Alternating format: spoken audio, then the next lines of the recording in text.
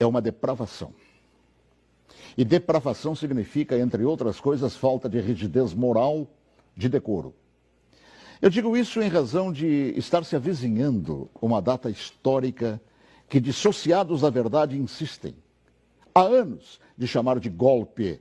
O golpe de 31 de março, praticado por militares. Nessa afirmação, envolvendo a posição de militares, juntam outra depravação em torno do que se conhece por revolução. E explico. Primeiro, que nem o dia certo do movimento que inspirou a tomada de posição contra a tentativa de implantarem o comunismo do Brasil, os acusadores sabem. E me cabe corrigir esta falsidade, informando que não foi no dia 31 de março. A tentativa de agitar a intenção, depois de dias de bagunças no país, se deu em 1º de abril. No dia 31 de março, num planejamento de agitação, João Goulart e Leonel Brizola deixaram Brasília e se dirigiram para Porto Alegre, iniciando a tentativa de golpe de esquerda.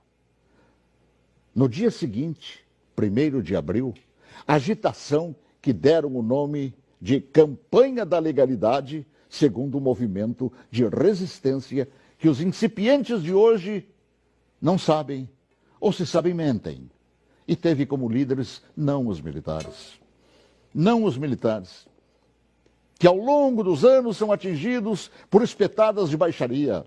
A liderança daquele movimento revolucionário pertenceu a civis que inspiraram o povo brasileiro a sair às ruas aos milhares em todas as capitais, em passeatas que ficaram conhecidas como Marcha da Família com Deus pela Liberdade.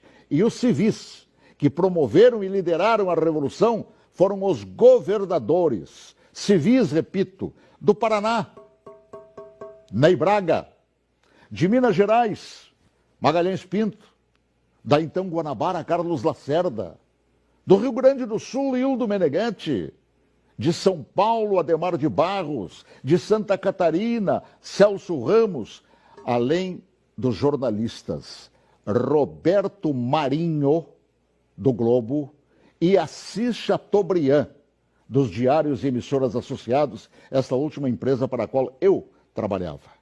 Os militares, diante da pressão desses líderes governamentais e pressão do povo nas ruas, é que, depois de Goulart e Brizola abandonarem tudo e fugirem para o Uruguai, é que, após um breve período de governo de Ranieri Mazzilli, o vice que foi empossado pelo Congresso, é que assumiram o comando da nação por ter o mesmo Congresso decretado vago o cargo de presidente. Ninguém tirou João Goulart de lá. Ele é que fugiu. Eu ouvi fugir. Assim, é um depravado. Todo aquele que mente sobre o que chama de golpe. E que foram os militares que assim determinaram, pois golpe é o que queriam os sociopatas implantar.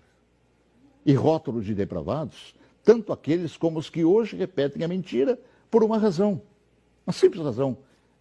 Era eu, o locutor, que foi obrigado a entrar na marra no estúdio da Rádio Farroupilha naquele 1º de abril, conduzido por Goulart e por Brizola. Eu fui sequestrado e testemunha ocular da história, talvez, quem sabe, a última no Brasil, e ali ficado na cadeia de rádio chamada Cadeia da Legalidade. Eu fui nomeado oficialmente por Goulart e Brizola, lendo ofícios redigidos e patrulhados por um bando de agitadores.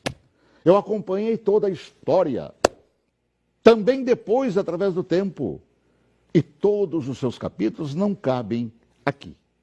Mas digo mais, todos os jornais brasileiros apoiaram os governadores civis, líderes daquele movimento, assim como apoiaram os militares depois que assumiram para botar ordem no país.